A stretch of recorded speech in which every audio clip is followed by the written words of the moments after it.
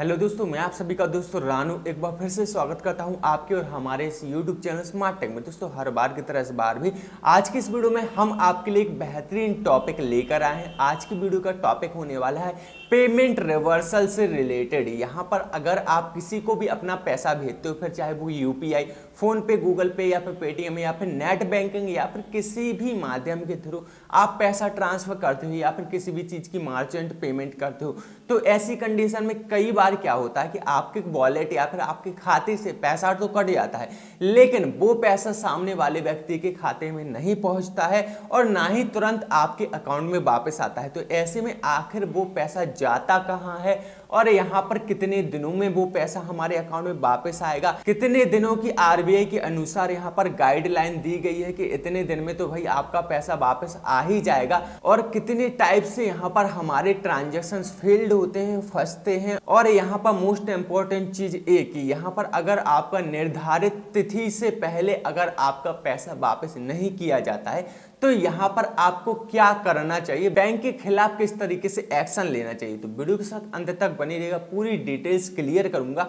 तो चलिए दोस्तों वीडियो की शुरुआत करते हैं। लेकिन वीडियो की शुरुआत करने से पहले हर बार की तरह इस बार भी आप लोग चैनल पर आते हो, वीडियो देखते हो, लेकिन कभी चैनल को सब्सक्राइब नहीं करते, ना ही बेल आइकन को प्रेस करते हो, और मैं यहाँ पर इतनी मेहनत से जितनी भी वीडियोस वगैरह बनाता हूँ आप लोगों से मिस हो जाते हैं। तो इसलिए मैं आपसे रिक्वेस्ट करूंगा कि प्लीज चैनल को जरूर सब्सक्राइब कीजिएगा। साथ ही साथ अगर आपके थोड़े से भी काम आती है वीडियो तो आप वीडियो को लाइक कमेंट जरूर कीजिएगा। तो दोस्तों यहाँ पर सबसे पहले तो बात करते हैं कि यहाँ पर जब भी हम किसी को पेमेंट करते हैं तो कितने तरीके से पेमेंट होती है और कितने तरीके से यहाँ पर पेमेंट हमारी फंस जाती है। यहाँ पर सबसे पहले बात करेंगे यूपीआई पेमेंट्स के बारे में। देखिए, अगर आप यूपीआई के थ्रू यहाँ पर पेमेंट वगैरह करते हो तो वो एक अलग मैटर होता है, और अगर आप डायरेक्ट अकाउंट जैसे कि net banking, debit card, credit card के थ्रू यहाँ पर पेमेंट करते हो तो वो एक अलग मैटर होता है, ठीक है ना। अब यहाँ पर बहुत से लोग कंफ्यूजन में आएंगे कि भाई यूपीआई के थ्रू जब हम पेमेंट करते हैं तो पैसा तो हमारे अकाउंट से ही कटता है, लेकिन यहाँ पर मैं आपको बता दूं पैसा भले ही आपके अकाउंट से कटता है,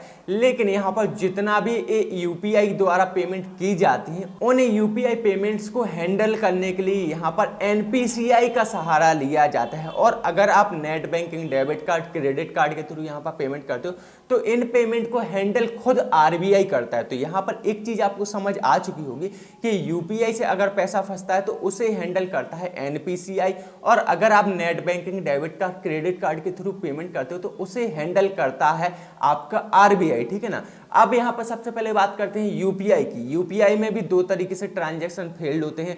पहला, अगर आपने किसी को पेमेंट किया, पेमेंट पहुंचता नहीं, आपके अकाउंट में फेल्ड बता दिया, लेकिन पैसा आपके अकाउंट से डिडक्ट कर दिया गया, ठीक है ना। तो ऐसी कंडीशन में क्या होता है कि एनपीसीआई के रूल्स अनुसार यहाँ पर 2 दिन के अंदर अंदर 101% आपका पैसा रिफंड कर दिया जाएगा। और अगर रिफंड नहीं किया जाता है तो मैं आपको लास्ट में बताऊंगा क्या करना चाहिए, ठीक है ना।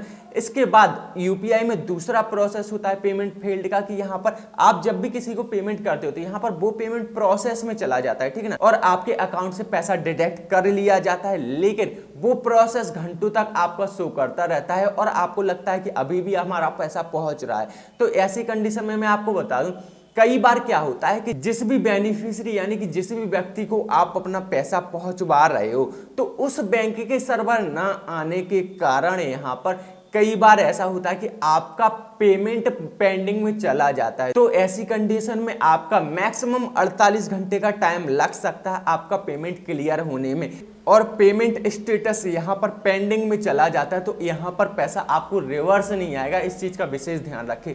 अगर पेंडिंग में गया है तो यहाँ पर पैसा रिवर्स नहीं आएगा, सामने वाले व्यक्ति के खाते में ही पैसा पहुंचेगा जब उसके बैंक के सर्वर आ जाएंगे। तो इस चीज का विशेष ध्यान रखें। अब यहाँ पर बात करते हैं net banking, debit card, credit card के थ्रू पेमेंट करने पर जब आपका पैसा फंस जाता है तो ऐसी कंडीशन में आपको क्या करना चाहिए। ऐसी कंडीशन में कई बार क्या होता है कि आप जब भी किसी को पेमेंट करते हो तो मान लीजिए आप किसी भी तरह का ऑनलाइन फॉर्म भरे किसी भी नौकरी से रिलेटेड और आपने उसका पेमेंट किया, तो ऐसी कंडीशन में देखिए 2 ऑप्शंस बनते हैं। यहां पर ऐसा नहीं होगा कि आपका पैसा पेंडिंग में बताएगा या फिर आपका सक्सेस बताएगा या फिर फेल्ड बताएगा। ऐसी कंडीशन में सिर्फ और सिर्फ आपका पैसा फील्ड बताता है, लेकिन अमाउंट आपके अकाउंट से डिडक्ट कर लिया जाता है। और यहाँ पर दूसरा रोल क्या होता है कि यहाँ पर आपने जहां पर भी जिस बैंक में भी पैसा ट्रांसफर किया है उस बैंक के पास रिक्वेस्ट पहुंच जाती है, ठीक ना, पैसे की। वो बैंक कई बार सर्वर ज्यादा बिजी होने के कारण पेमेंट एक्सेप्ट नहीं कर पाता है। तो ऐसे में अगर वो बैंक आपके पेमेंट को पेंडिंग में डाल देता है तो कई बार क्या होता है कि वो पेमेंट एक्सेप्ट भी कर लेगा, कई बार पेमेंट एक्सेप्ट नहीं करेगा।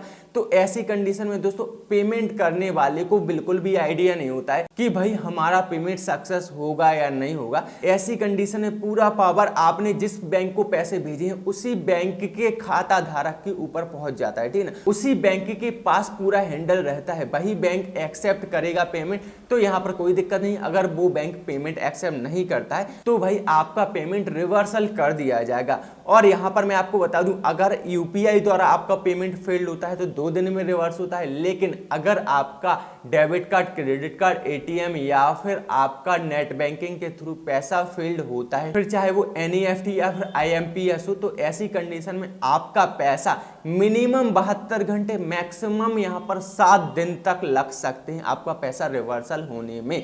और यहां पर तीसरी चीज ये आती है कि अगर मान लीजिए आप डेबिट कार्ड के थ्रू कहीं पर पेमेंट कर रहे हो और ऐसे में आपने थर्ड पार्टी के थ्रू यहां पर कहीं पर पेमेंट कर रहे हो, मान लीजिए आप अपने मोबाइल के क्रोम ब्राउजर पर फ्लिपकार्ट की वेबसाइट को ओपन किए हो, ठीक है ना, वहां से किसी चीज की आप पेमेंट कर रहे हो लेकिन किसी थर्ड पार्टी ऐप का सहारा लेकर। मतलब कि आपने कई बार देखा होगा जब भी हम पेमेंट की मेथड पर जाते हैं तो वहां पर हम यूपीआई पेमेंट एप्स के ऑप्शन मिलते हैं। जब भी हम यूपीआई पेमेंट एप्स के ऑप्शन पर जाते हैं तो वहां पर हमारी यूपीआई आईडी तो लिंक होती नहीं है, लेकिन वहां पर हमारे डेबिट कार्ड सेव्ड होते हैं। तो सेव्ड किए गए डेबिट कार्ड के थ्रू जब भी हम पेमेंट वगैरह करते हैं तो यहां पर इस चीज पर भी आपको विशेष ध्यान देना जरूरी है। जब भी हम थर्ड पार्टी पेमेंट करते हैं तो यहां पर हमारा पैसा 1 महीने से लेके 3 महीने का समय लग सकता है रिवर्सल होने में।